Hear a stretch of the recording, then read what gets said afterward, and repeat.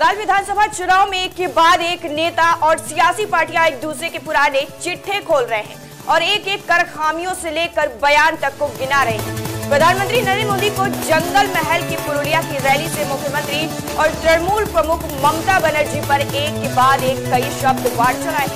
यही नहीं, ममता द्वारा एक दशक पूर्व दिए गए बयानों का जिक्र कर उन्हें घेरना नहीं भूले।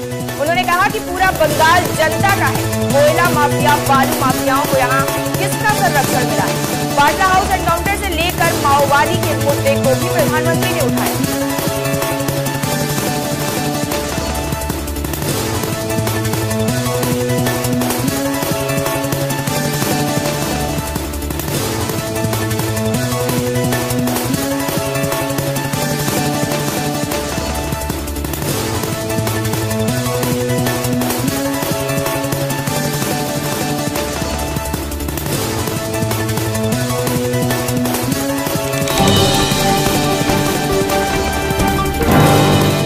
संसद के बजट सत्र का दूसरा चरण जारी है। शुक्रवार को सत्र का चौथा दिन है। बीते दिन लोकसभा में जिस फोन टैपिंग का मामला गूंजा था, आज राज्यसभा में इस पर हंगामे की संभावना है। इस क्रम में राज्य सरकारों द्वारा फोन टैपिंग के बढ़ते मामलों को लेकर भारतीय जनता पार्टी के सांसद भूपेंद्र यादव ने राज्यसभा में 0 ओवर नोटिस दिया है। वहीं ईंधन की बढ़ती कीमतों के कारण गरीब परिवार पुराने पारंपरिक ईंधन व्यवस्था अपनाने को मजबूर हो गए हैं। इसके मद्देनजर कांग्रेस सांसद अखिलेश प्रसाद सिंह ने राज्यसभा में 0 ओवर नोटिस जारी किया है।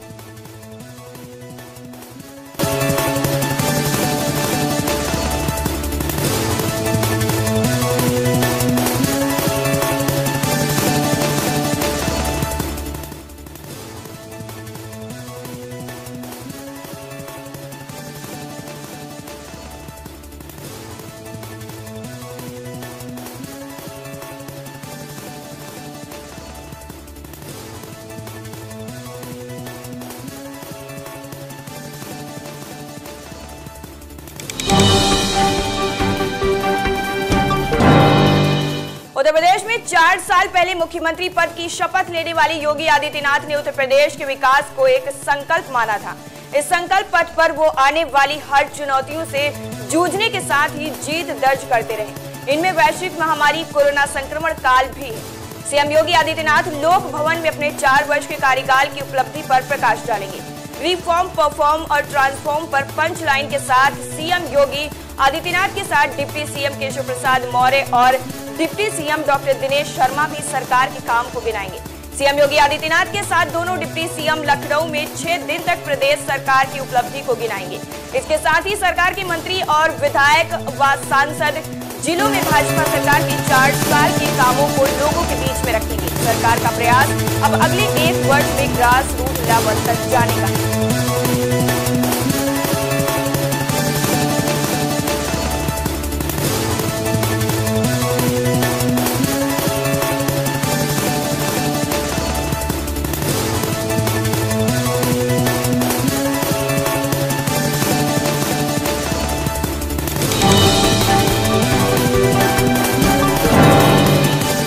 चुनाव में जीत मिलने से ऑल इंडिया मजलिसे इत्तेहादुल मुस्लिमीन प्रमुख असदुद्दीन ओवैसी काफी उत्साहित नजर आ रहे थे और बंगाल से लेकर उत्तर प्रदेश तक चुनाव लड़ने की बातें कहकर ताल ठोक रहे थे।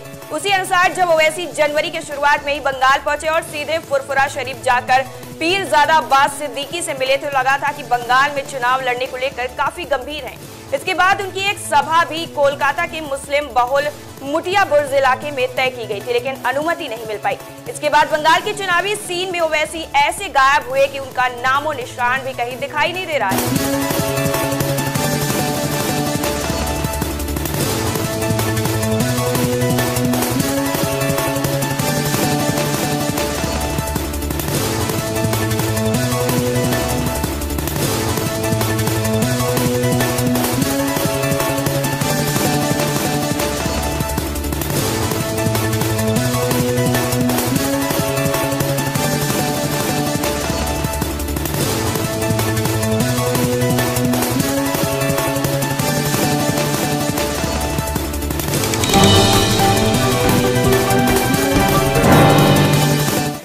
पर चीन से चल रही तनातनी के बीच अमेरिका के रक्षा सचिव लॉयड ऑस्टिन आज 3 दिनों के भारत दौरे पर पहुंच रहे हैं। बाइडेन प्रशासन के किसी मंत्री का ये पहला भारत का दौरा है। इस दौरे के दौरान लॉयड ऑस्टिन भारत के रक्षा मंत्री राजनाथ सिंह और एनएएस से मुलाकात करेंगे। दोनों देशों के बीच रक्षा सहयोग मजबूत करने पर विचार भी करेंगे। रक्षा मंत्री राजनाथ सिंह और उनके अमेरिकी समकक्ष लॉयड जे ऑस्टिन के बीच शनिवार को होने वाली बातचीत में भारत अमेरिका के संबंधों को और मजबूती प्रदान करने के तरीके, चीन के आक्रामक तेवरों के मद्देनजर हिंद प्रशांत क्षेत्र में सहयोग को बढ़ावा देना और अफगानिस्तान में शांति प्रक्रिया जैसे मुद्दे शामिल हो सकते हैं। ये जानकारी गुरुवार को मामले की जानकारी रखने वाले लोगों ने दी। अपनी पहली विदेश यात्रा पर जापान और दक्षिण कोरिया का दौरा कर चुके ऑस्टिन शुक्रवार को भारत पहुंचेंगे।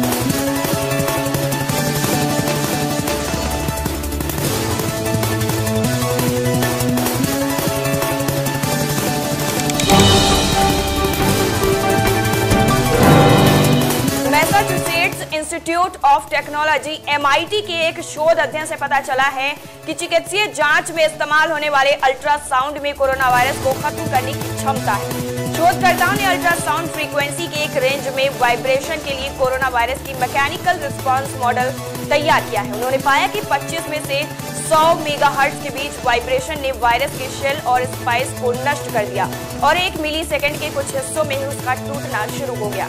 Journal of mechanics and physics of solids में प्रकाशित इस खोज के बारे में कहा गया है कि इसका प्रभाव हवा और पानी दोनों में देखने को मिल सकता है। तो शोधकर्ताओं का मानना है कि अल्ट्रासाउंड के जरिए भी कोरोना वायरस का इलाज मुमकिन है। MIT में अप्लाइड मैकेनिक्स के प्रोफेसर टॉम वेयर जब की माने तो अल्ट्रासाउंड के वाइब्रेशन से कोरोना वायरस की सेल को नुकसान पहुंच सकता है। साथ ही साथ हाई फ्रीक्वेंसी वाइब्रेशन से पैदा होने वाले स्ट्रेन वायरस के कुछ हिस्सों को तोड़ा जा सकता है और स्पाइक को भी रोका जा सकता है।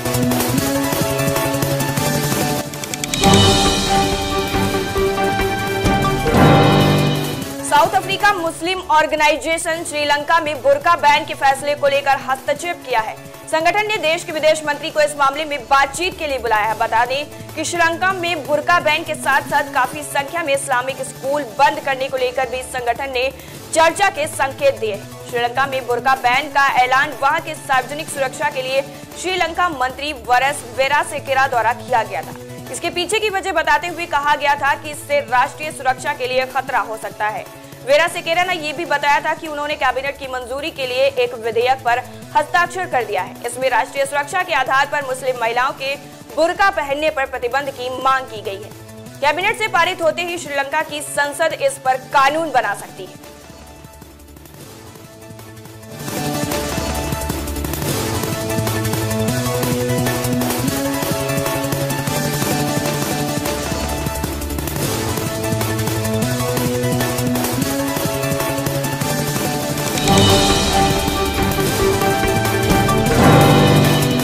पाकिस्तान के हुक्मरानों के सुर बदले हुए नजर आ रहे हैं। पहले वहां के प्रधानमंत्री इमरान खान ने और अब पाकिस्तान आर्मी के चीफ जनरल कमर जावेद बाजवा ने भारत के साथ दोस्ती की बात की है और दोनों देशों के बीच लंबित हर मुद्दे का समाधान बातचीत से करने की पेशकश की है। जनरल बाजवा ने यह पेशकश इस्लामाबाद में इस्लामाबाद डायलॉग नाम के आयोजन में की, जहां देश विदेश के कई कूटनीतिक विशेषज्ञ और राजदूत उपस्थित थे। जनरल बाजवा की तरफ से पिछले 2 महीनों में भारत से बातचीत की यह तीसरी पेशकश है।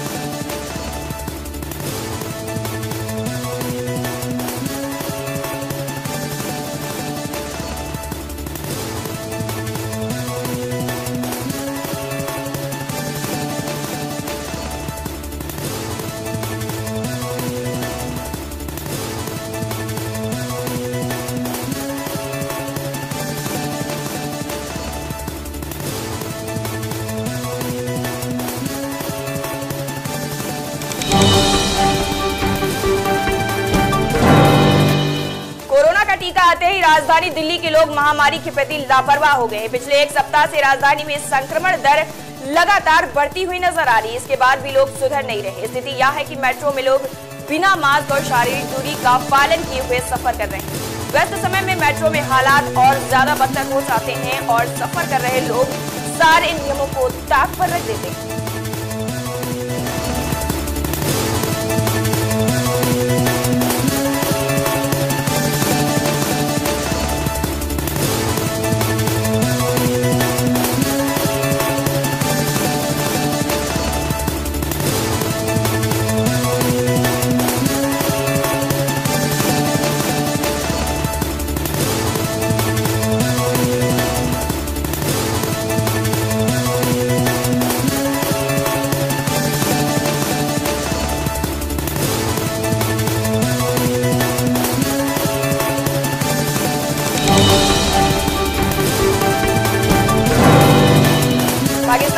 प्रधानमंत्री इमरान खान ने बीते गुरुवार को कोरोना वायरस वैक्सीन की पहली डोज ली। इससे एक दिन पहले दक्षिण एशियाई देश को चीन से दान में कोरोना वैक्सीन की 5 लाख डोज मिली थी। सिनोफार्म वैक्सीन की दूसरी खेप पाकिस्तान के स्वास्थ्य अधिकारियों ने रावलपिंडी के नूर खान एयरबेस में प्राप्त की। देश में वर्तमान में उपलब्ध यह एकमात्र टीका है। इससे पहले चीन ने 1 फरवरी को सिनोफार्म की 5 लाख खुराक पाकिस्तान को दान दी थी। इससे देश में एक दिन बाद टीकाकरण अभियान शुरू हो गया। इससे पहले राष्ट्रपति आरिफ अलवी भी वैक्सीन लगवा चुके हैं।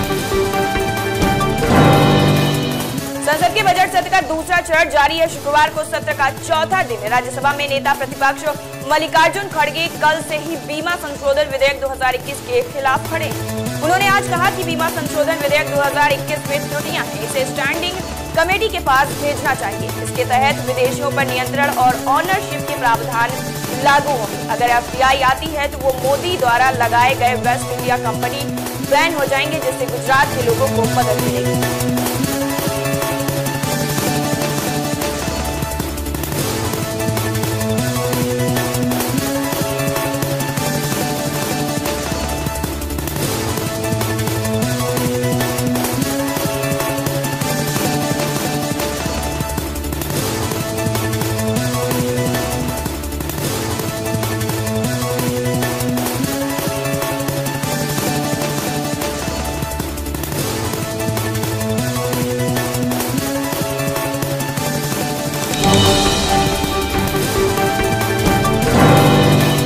फटी जींस वाले बयान पर चौतरफा विवादों से घिरे उत्तराखंड के सीएम तीरथ सिंह रावत ने आखिरकार माफी मांग ली है। उनका कहना है कि उनका ये बयान संस्कारों की परिप्रेक्ष्य में था। अगर किसी को फटी जींस पहननी ही है तो वो पहने। उनके बयान से किसी का दिल दुखा है तो वो उसके लिए माफी मांगते हैं। उन्होंने मीडिया से अनौपचारिक बातचीत में ये बात कही। गौरतलब है कि देहरादून में एक कार्यक्रम में दिया गए मुख्यमंत्री तीरथ सिंह रावत का बयान अब उनके लिए ही मुश्किल का सबब बन गया है। फटी जींस पर टिप्पणी से इंटरनेट मीडिया पर मुख्यमंत्री लगातार ट्रोल हो रहे हैं। मुख्यमंत्री के इस बयान को महिलाओं के पहनावों के प्रति संकीर्ण मानसिकता का द्योतक बताया जा रहा है। वहीं उत्तराखंड में नेतृत्व परिवर्तन के बाद से मुद्दा तलाश रही कांग्रेस इसे हाथ से नहीं जाने देना चाहती। हालांकि अब उन्होंने माफी मांगी।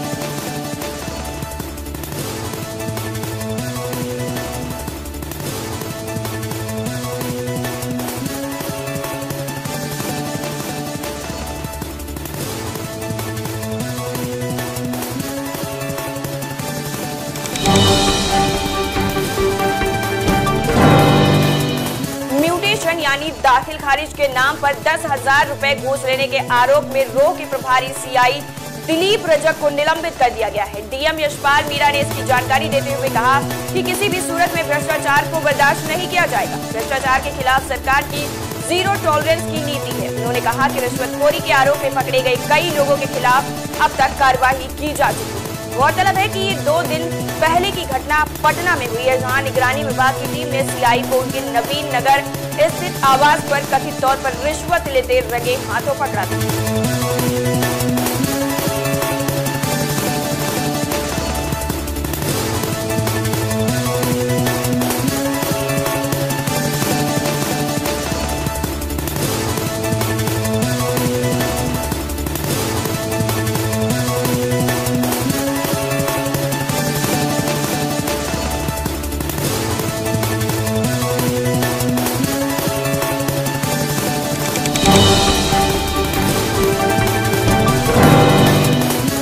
मंडलीय साइबर थाने की टीम ने अर्बन कोऑपरेटिव बैंक की सिद्धार्थनगर शाखा के प्रबंधक के खाते से साल भर पहले 67 लाख रुपए उड़ाने वाले गिरोह के सरगना राशिद निवासी दतिया फतेहगंज जनपद बरेली को कोतवाली थाना क्षेत्र के कचरा पानी की टंकी के पास से गिरफ्तार कर लिया है। इसके कब्जे से 2 फुटरचेट आधार कार्ड भी बरामद किए गए। मामले में 2 आरोपी पहले ही पकड़े जा चुके हैं। इनमें बरेली जिले के भोजपुरा थाना अंतर्गत सैदपुर चुन्नीलाल गांव निवासी निजाकत अली खान और वहीं के राशिद खान शामिल।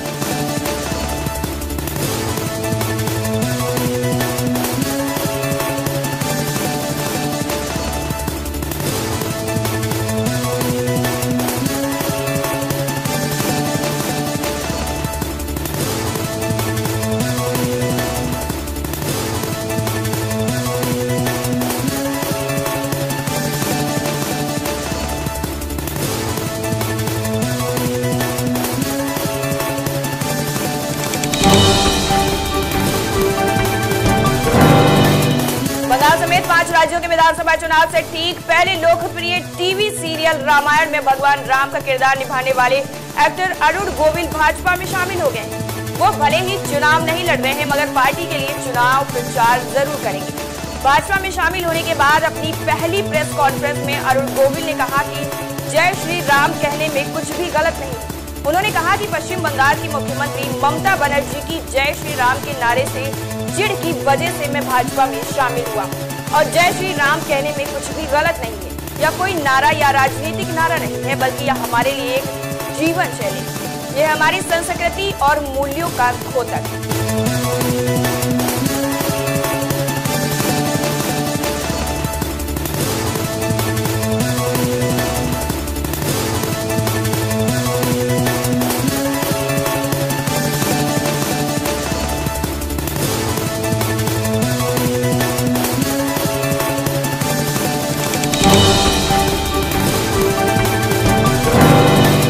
हरिद्वार में दहेज हत्या में कांग्रेस की पूर्व नेता पूनम भगत को पुलिस ने गिरफ्तार कर लिया है। विवाहिता के पति शिवम भगत को पुलिस गिरफ्तार कर चुकी है। पूनम और उसके दूसरे बेटे पर 2,500 रुपए का इनाम भी घोषित किया गया था। आपको बता दें कि हरिद्वार जिले के ज्वालापुर के मोहल्ला देवता निवासी कांग्रेस नेता पूनम भगत के बेटे शिवम की पत्नी यशिका की बीते 24 फरवरी को संदिग्ध परिस्थितियों में मौत हो गई थी। कुछ महीने पहले ही शिवम और यशिका की शादी थी।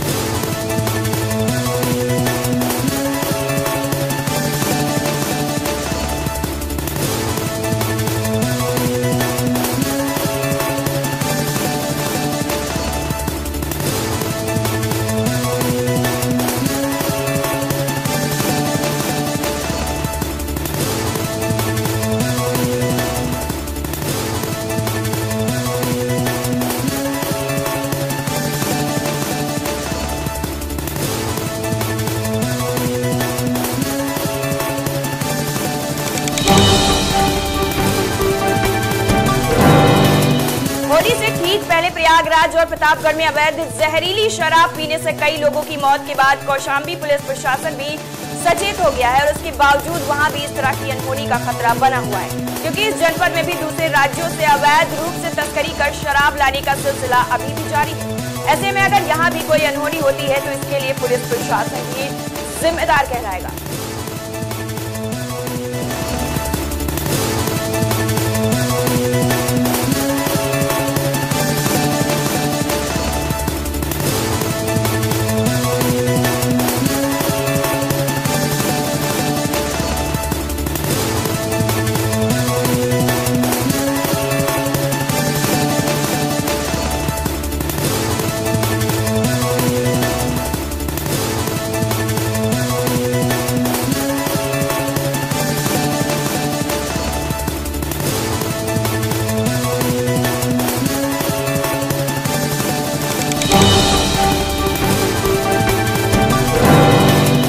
नाबालिग लड़की के अपहरण के मामले की जांच के दौरान राजौरी गार्डन थाना पुलिस को एक ऐसे गिरोह का पता चला है जो लड़कियों को देह व्यापार में दलदल में धकेलता था।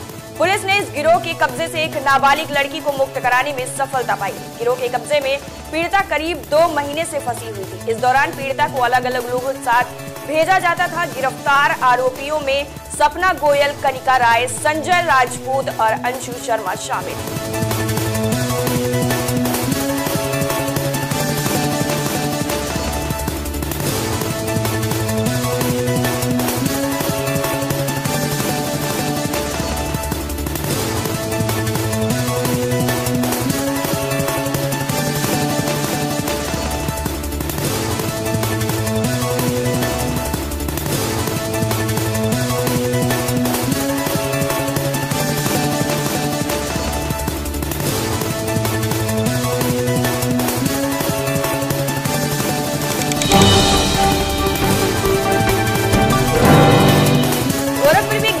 क्षेत्र के ग्राम बड़गहन में छेड़खानी की धमकी देकर एक युवती वीरेंद्र यादव के घर से नकदी और जेवरात उठाकर ले गई। पीड़ित के मुताबिक घर से करीब 3.5 लाख रुपए की चोरी हुई है। आपको बता दें कि सुबह करीब 4 बजे वीरेंद्र यादव के घर की सभी महिलाएं बाहर गई। घर पर कोई नहीं था। इस दौरान वीरेंद्र घर में घुसे तो देखा कि एक युवती कमरे से 1.5 लाख रुपए और नकदी जेवरात समेट कर बाहर निकल रही थी। वीरेंद्र ने उसे रोकने की कोशिश की तो युवती ने उसे धमकी दी कि उन्हें रोकेंगे तो छेड़खानी का आरोप लगाकर पुलिस बुलवा लेगी। युवती के बाहर निकलने के बाद बाइक से कुछ लोग आए और उसको अपने साथ ले गए।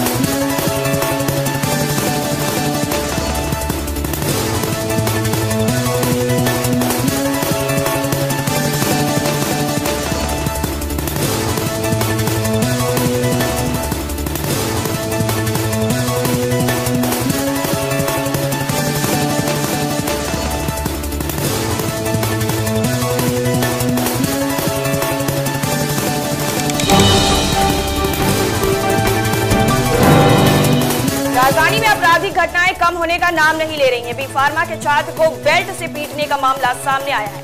आरोप है कि खाना खाकर घर लौट रहे बी फार्मा के छात्र की कुछ युवकों ने पिटाई कर दी। हमलावरों ने छात्र को बेल्ट और डंडों से पीटा है, जिसमें वो घायल हो गया है। पुलिस हमलावरों के खिलाफ एफआईआर दर्ज कर फिलहाल छानबीन कर रही है।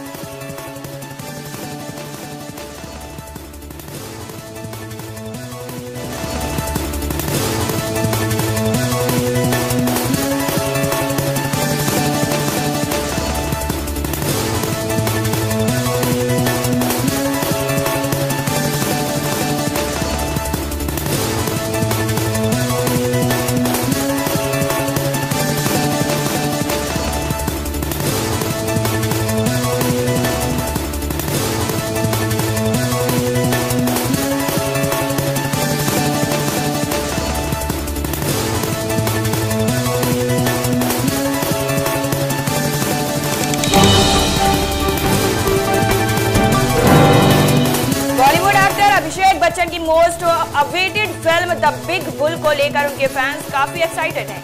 लगातार फिल्म से जुड़े नए अपडेट सामने आ रहे हैं। इसी बीच अब अभिषेक की इस धमाकेदार फिल्म का ट्रेलर भी रिलीज हो गया है। ट्रेलर रिलीज होने के साथ ही सोशल मीडिया पर वायरल भी हो चुका है।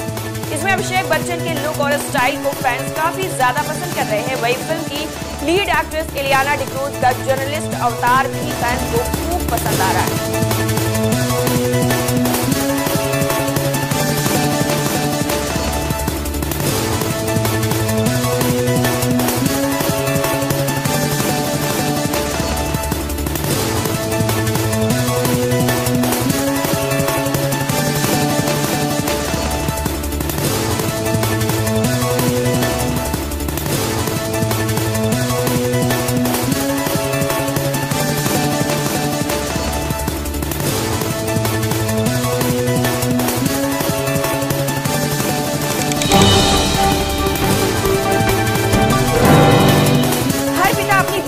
पजेसिव होता है। ऐसे आलिया भट्ट के पिता महेश भट्ट के साथ भी आशिकी डायरेक्टर अपनी बेटी को लेकर कुछ ज्यादा ही पजेसिव हैं, खासकर तब जब बात आती है स्क्रीन पर किस और रियल लाइफ में डेटिंग। एक पुराने इंटरव्यू में आलिया भट्ट ने इससे लेकर खुलकर बात की थी। उन्होंने बताया था कि महेश भट्ट नहीं चाहते हैं कि वो शादी करें। इसके अलावा एक बार महेश भट्ट ने धमकी देते हुए भी कहा था कि वो शाहीन और आलिया को बाथरूम में बंद कर देंगे और अपनी नजरों से दूर नहीं होने देंगे।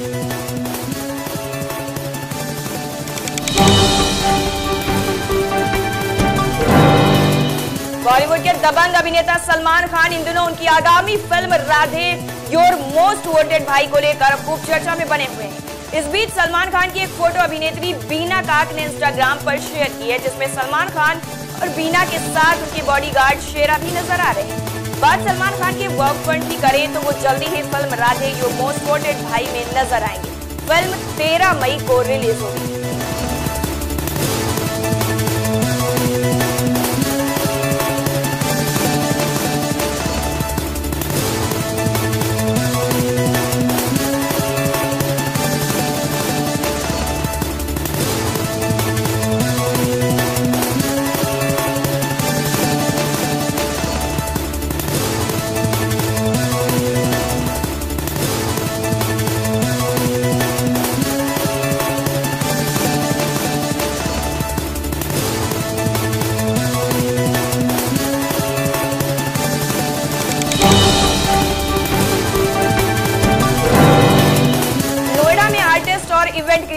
की ओर से गुरुवार शाम को बुलाई गई प्रेस वार्ता को पुलिस ने बीच में ही रुकवा दिया।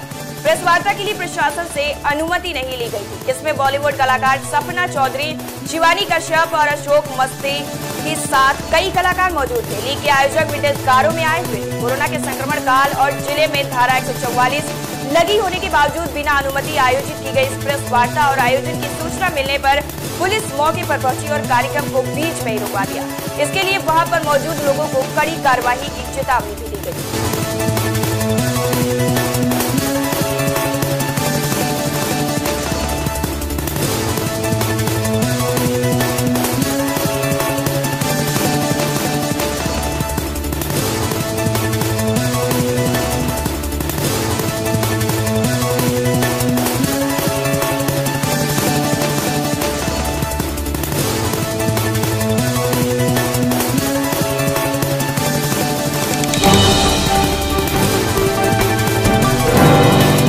बॉलीवुड एक्ट्रेस नोरा फतेही अपने डांस मूव्स और अपने लुक के चलते सुर्खियों में बनी रहती हैं। अब खबर आ रही है कि पिछले महीने रिलीज हुआ उनका सॉन्ग छोड़ देंगे यूट्यूब पर धमाल मचा रहा है। सॉन्ग छोड़ देंगे यूट्यूब पर 200 मिलियन से ज्यादा व्यूज मिल चुके हैं। इसकी जानकारी नोरा ने अपने आधिकारिक इंस्टाग्राम पर एक वीडियो शेयर कर दी। एक्ट्रेस नोरा फतेही ने इंस्टाग्राम स्टोरी पर एक एनिमेशन वीडियो शेयर कर सॉन्ग के 200 मिलियन व्यूज पूरे होने पर खुशी जाहिर की। वीडियो में एनिमेशन की मदद से सॉन्ग की 3 वीडियो क्लिप्स को लगाया गया है। उनके इस वीडियो को उनके फैंस काफी ज्यादा पसंद कर रहे हैं और उनके गाने की जमकर तारीफ हो रही है।